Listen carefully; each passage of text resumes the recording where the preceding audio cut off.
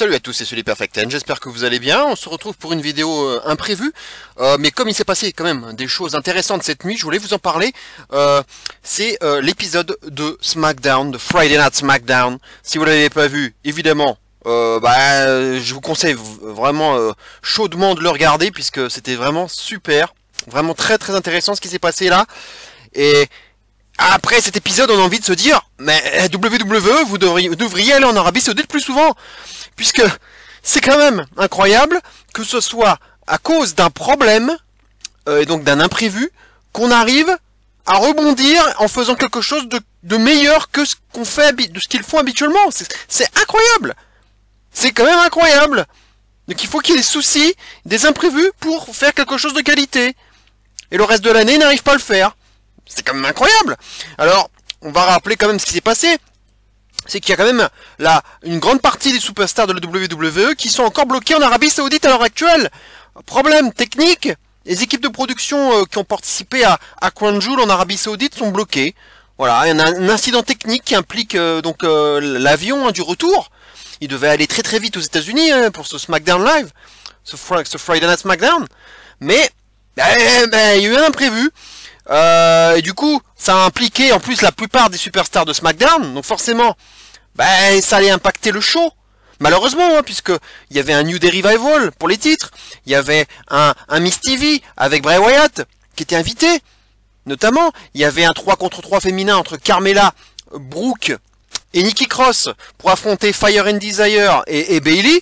Finalement, ça n'a pas été ça, ils ont changé, ils ont fait un Nikki Cross contre Bayley, donc le match féminin pour le titre, hein, puisque Nikki Cross avait gagné un title shot récemment, mais ils ont changé ça. Par contre, ça je sais pas pourquoi, parce que ça n'a aucun rapport avec l'Arabie Saoudite, puisque les femmes n'y étaient pas de toute façon. Mais ils ont changé les choses, donc le programme a été énormément affecté. On savait qu'il y en a qui étaient pas partis, hein, évidemment, comme Daniel Bryan, on sait qu'il va jamais en Arabie Saoudite, Sami Zayn pareil, le Miz était là.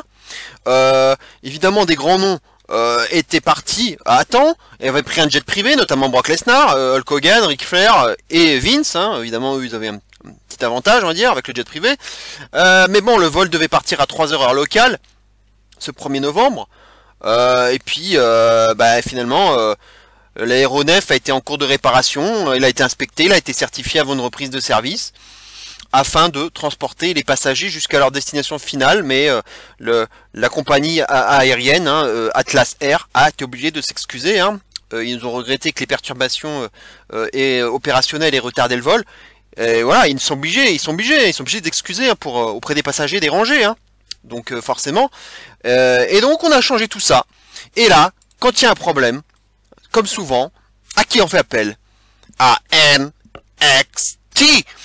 Là du coup, allez, un avion d'Orlando en catastrophe qui a débarqué au dernier moment, un avion qui transportait la plupart des superstars de la NXT.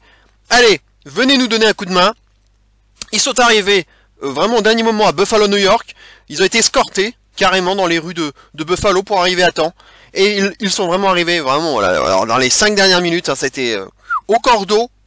Et là, on a pu entamer le show, on a fait un peu patienter, on a mis tout de suite Brock Lesnar et Paul Heyman. Paul Heyman et Brock Lesnar qui sont arrivés d'ailleurs de façon, qui étaient très très énervés.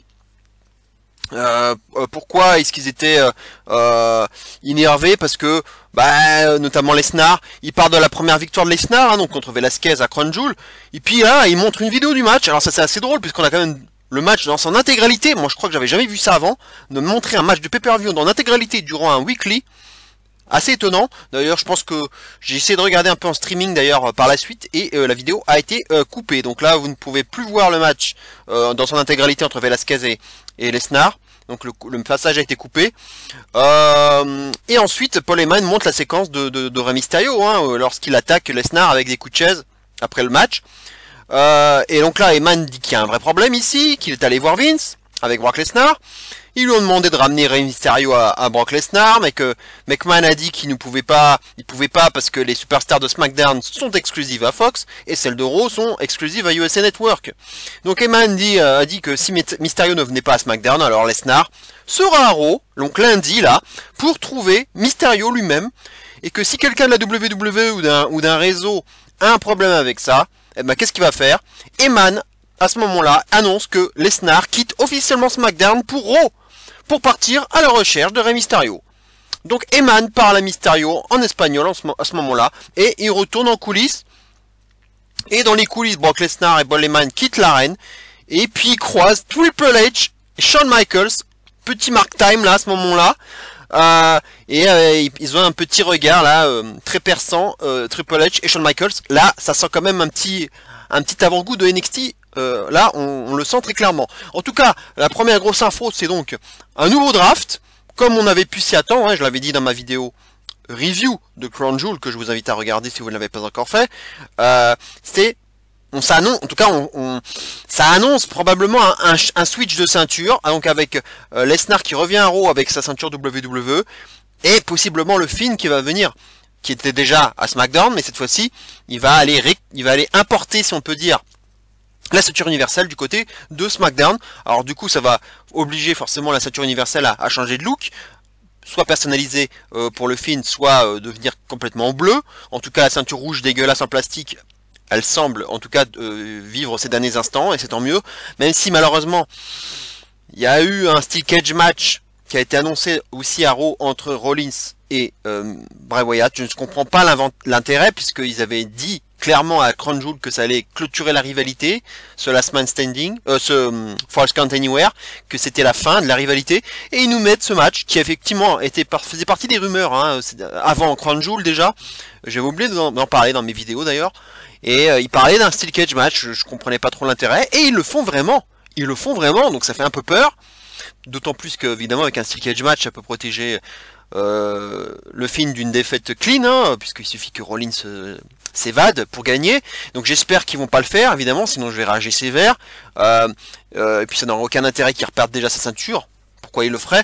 Donc j'espère que le but c'est vraiment que le Finn gagne, et donc repartent donc SmackDown avec sa ceinture universelle, et que Rollins, bon ben, il continue à Raw, mais sans ceinture, j'espère.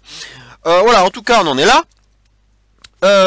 Et donc on a ce match féminin entre Bayley et Nikki Cross pour le titre féminin de SmackDown. Bayley qui est accompagnée de Sasha Banks.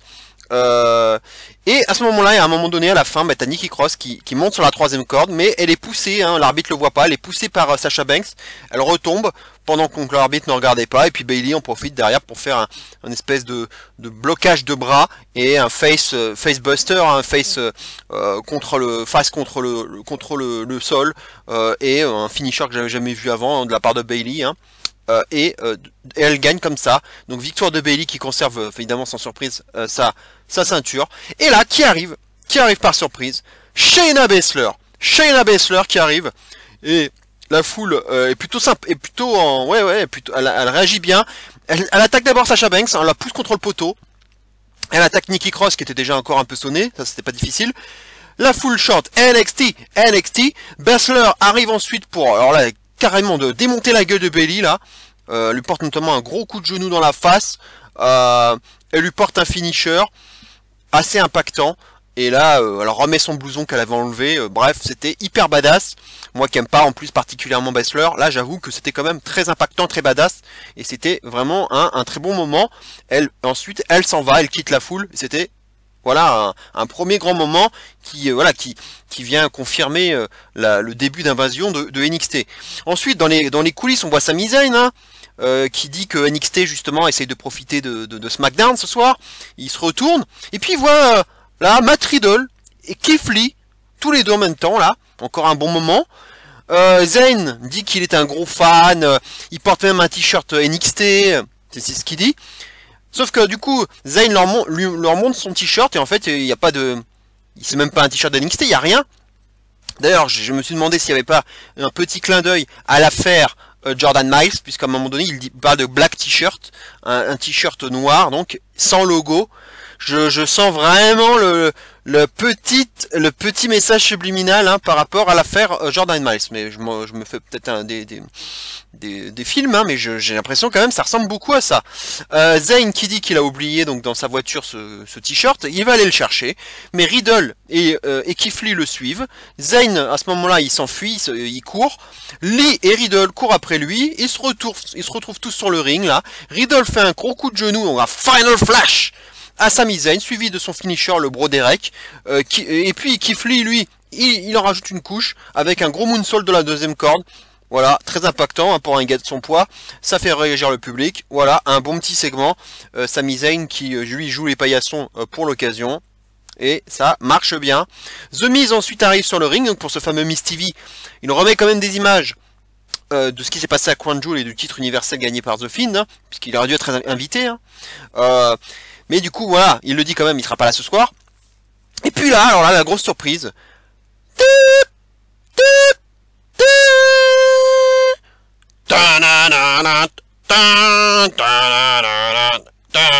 No one will survive. Et oui, c'est Tommaso Ciampa qui arrive sur le ring. Là, alors là, c'était la grosse surprise.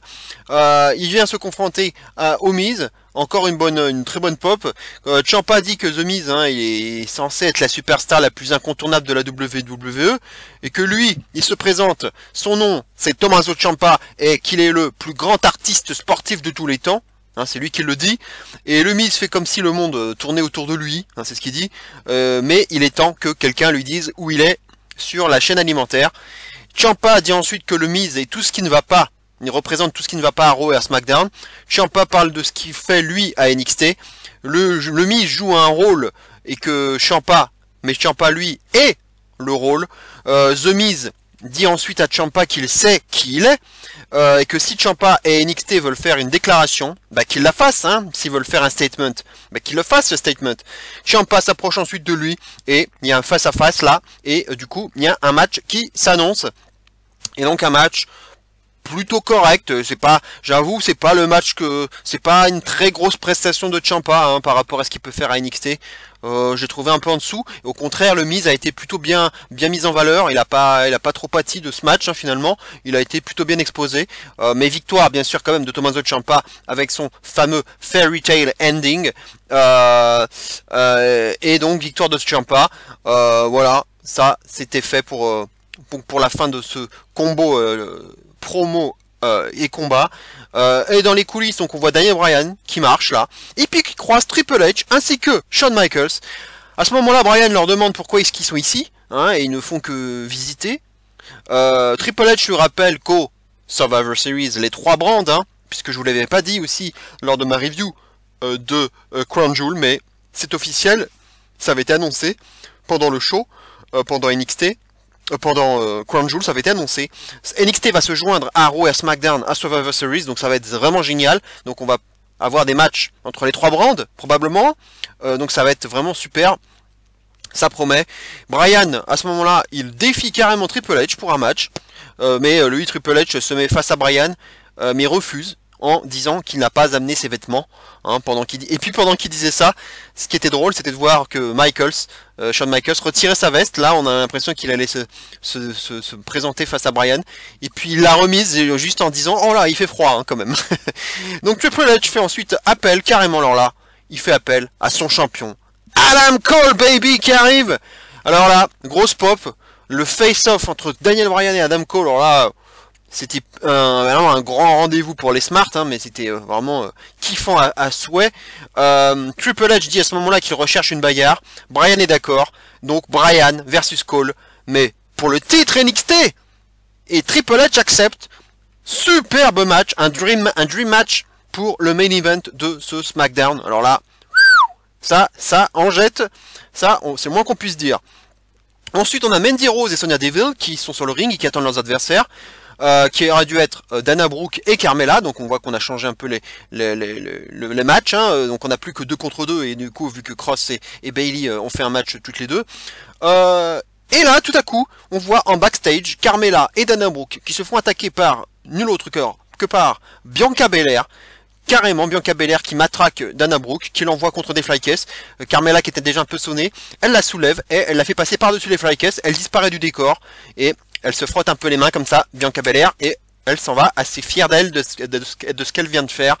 Voilà, encore un gros impact signé Bianca Belair. Et là, elle fait ça bien sûr pour permettre à ses copines de NXT de prendre leur place, à Carmella et Brooke, à savoir Rhea Ripley et Tegan Nox, carrément. This is my brutality!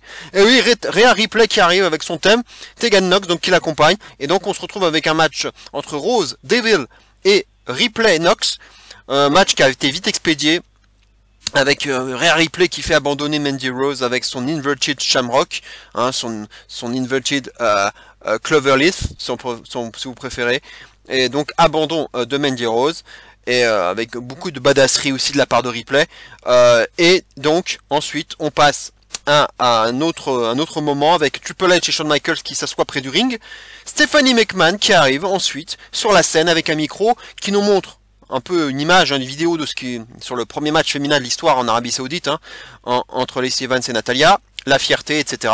À ce moment-là, j'ai cru qu'elle allait annoncer un Evolution 2. Bon, finalement, ça n'a pas eu lieu, mais j'ai vraiment cru que ça allait être fait.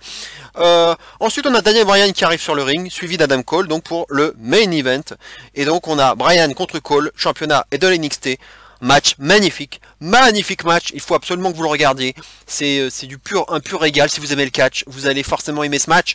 Daniel Bryan nous fait une démonstration de catch, un maître Danielson nous fait une masterclass de catch, mais c'est prodigieux, et quand il est comme ça, pas en mode babyface, là un peu chiant, un peu répétitif, là non, c'est le Bryan agressif, et qui vraiment a une palette beaucoup plus diversifiée et qui rentre dans l'art de son adversaire et qui se bat. Et là, c'est vraiment un gros Danielson, un gros Bryan, et Cole qui était aussi merveilleux. Là, on n'a pas un Cole un peu coward comme on l'a pu le voir dans le passé. Là, c'est un vrai Cole qui se bat aussi tout seul. Pas d'indisputé d'erreur, hein. J'ai cru qu'il allait le faire. Pourtant, il était arrivé avec Roderick Strong au début. Et puis on n'a pas vu Fish O'Reilly, j'ai cru qu'ils allaient arriver plus tard pour nous la foutre à l'envers. Même pas, même pas. Ça a été vraiment un match mano à mano et ça fait plaisir. Daniel Bryan donc qui fait ses yes kicks sur Cole. Adam Cole évite le dernier kick. Ils enchaînent des tombées avec des roll-up et Bryan lui fait un autre kick. Bryan se lance alors pour son running knee, mais Cole le contre avec un gros super kick et enchaîne avec son Panama Sunrise, hein, son Canadian Destroyer, et ensuite il enchaîne avec son last shot, son finisher, et il s'impose, donc conservation évidemment logique du titre par Adam Cole dans un super match. Ça vaut 4 étoiles, hein, ce match, ça vaut 4 étoiles sans problème. C'était du très très haut niveau. Et là, on finit avec cette grosse image de fin, avec le roster de NXT qui monte sur le ring, accompagné du papa, hein, du parrain Triple H, pour une grosse célébration avec Adam Cole. Triple H fait une grosse promo, il prend le micro, il demande à Raw, il demande si Raw et SmackDown veulent se battre contre NXT, et pour se battre, lui dit, il a besoin d'une armée, et que si on veut construire une armée, il faut regarder notre sang, notre famille. NXT, c'est une armée, et ils ont tiré le premier shot, hein, le premier coup de feu, et Triple H termine le show en disant We are NXT. Et voilà comment on finit ce show avec l'image que vous pouvez voir actuellement avec Ciampa, avec Shawn Michaels là que vous voyez assis sur le coin au fond de l'écran. Il y a Keith Lee, il y a Bianca Belair, il y a Rhea Ripley, il y a Matt Riddle, il y a Swerve aussi, hein. Isaiah Swerve Scott, il y a le champion Cruiserweight Lio Rush, il y a comment on appelle ça, Raúl Mendoza, voilà, Raúl Mendoza, il y a Pat McAfee, bon ça par contre ça on s'en fout un peu plus, il y a Rhea Ripley et il y a Roderick Strong et Adam Cole. Voilà, une très belle image pour finir. Veni Vidi NXT, voilà, c'est un peu comme ça que j'ai titré la vidéo, avec ce logo SmackDown jaune, hein, pour vraiment symboliser que cette fois-ci c'était un show de la NXT spécial, on va dire, mais pour envahir SmackDown. Et évidemment, quand on a les Survivor Series déjà dans 3 semaines, on va continuer à builder ça, et forcément, il va y avoir une invasion à attendre de la part de NXT à Raw, mais aussi l'inverse. probablement une invasion de Raw et une invasion de SmackDown à NXT. D'ailleurs, Triple H a tweeté ça en invitant carrément le main roster à venir se présenter à NXT et n'oublions pas non plus de préciser que le show, hein, c'est à 8 p.m. Hein, là-bas aux États-Unis, hein, et que c'est sur USA Network. Hein, évidemment, il faudra faire un petit peu de pub au passage parce que avec la chute des ratings, bah évidemment, ça aide le fait d'utiliser le main roster un peu comme béquille pour aider NXT à remonter les ratings. Hein. Il y a aussi ça à travers tout ça, hein, à travers ce Survivor Series, ce gros booking là qui mêle toutes les brands. Bah, on va essayer d'un peu remonter les cotes, les ratings du côté de NXT. En tout cas, j'ai hâte de voir les cotes déjà de ce SmackDown et les cotes du prochain NXT et même des prochains. On va voir si ça continue de descendre ou si ça va remonter grâce au main roster. Voilà, c'était une vidéo assez courte, hein, mais c'était juste pour faire une petite réaction à quelques heures après ce show. Et je reprends ce que je disais tout à l'heure en préambule, c'est que c'est quand même incroyable d'avoir un bon show. Un bon show, parce que SmackDown, depuis qu'ils sont passés sur la Fox, je suis désolé, mais ils sont pas bons les shows. Hein. Il n'y a pas beaucoup de catch, et puis il y a beaucoup de trucs au OSF, et on se fait chier, quoi. Ils sont pas bons les shows, hein, de la Fox depuis le début, et là on a le meilleur. On a eu le meilleur show depuis qu'ils sont sur la Fox, depuis un mois, hein, depuis un mois qu'ils sont sur la Fox, c'est leur meilleur show, alors que c'était un show imprévu, qu'ils ont dû reconstruire, réécrire complètement à la dernière minute, et Vince était là, hein, il a donné son accord pour faire tout ça. Et ben merci NXT encore, hein, de nous aider. Et décidément, NXT, quand il y a des problèmes, des imprévus, ils arrivent toujours à rebondir. Hein. On s'en souvient de l'affaire Black, hein, lorsque Black a été blessé juste avant un takeover, et ben ils ont dû tout reconstruire et ils nous ont construit ce Cluedo magnifique. Cette affaire Black. Quand Ciampa s'est blessé aussi, il a dû se faire opérer, hein, on le sait pour cette très très longue absence. Et ben ils nous ont rebooké un Cole Gargano et puis ils s'en sont très très bien sortis. À chaque fois NXT, ils sont vraiment très forts pour réussir à changer les plans et à réécrire les choses dans l'urgence. Et c'est ce qu'ils ont fait avec ce SmackDown spécial et encore grâce à NXT. Voilà, et je suis très hypé par ce qui va se passer pour les Survivor Series parce qu'il va y avoir forcément des matchs SmackDown versus Raw versus NXT qui vont être vraiment prodigieux et j'ai hâte de voir vraiment tous ces lutteurs l'un face à l'autre et l'une face à l'autre, hein, on va englober les hommes et les femmes bien entendu. Voilà, c'était tout pour cette petite vidéo, portez-vous bien, n'oubliez pas de vous inscrire, de vous abonner à ma chaîne, de liker, de partager au plus grand nombre. Je vous remercie à nouveau, hein, pour les vues qui continuent d'augmenter sur mes pronostics. Et oui, ça paraît un petit peu déjà daté, mais et oui, les pronostics de Crown Jewel, ça continue de monter. On a dépassé les 160 vues. Pas mal aussi, hein, c'est correct à mon niveau, mais on a dépassé les 30 vues pour ma review qui est pourtant très longue de Crown Jewel. Donc je vous remercie, j'espère que ça va continuer de monter. N'oubliez pas donc, regardez toutes ces vidéos, likez. On se retrouve très bientôt pour une prochaine vidéo. Portez-vous bien, passez un très très bon week-end de la Toussaint. Et d'ici là, bien entendu, n'oubliez surtout pas, et plus que jamais, vive le catch et zéro miedo! Ciao à tous.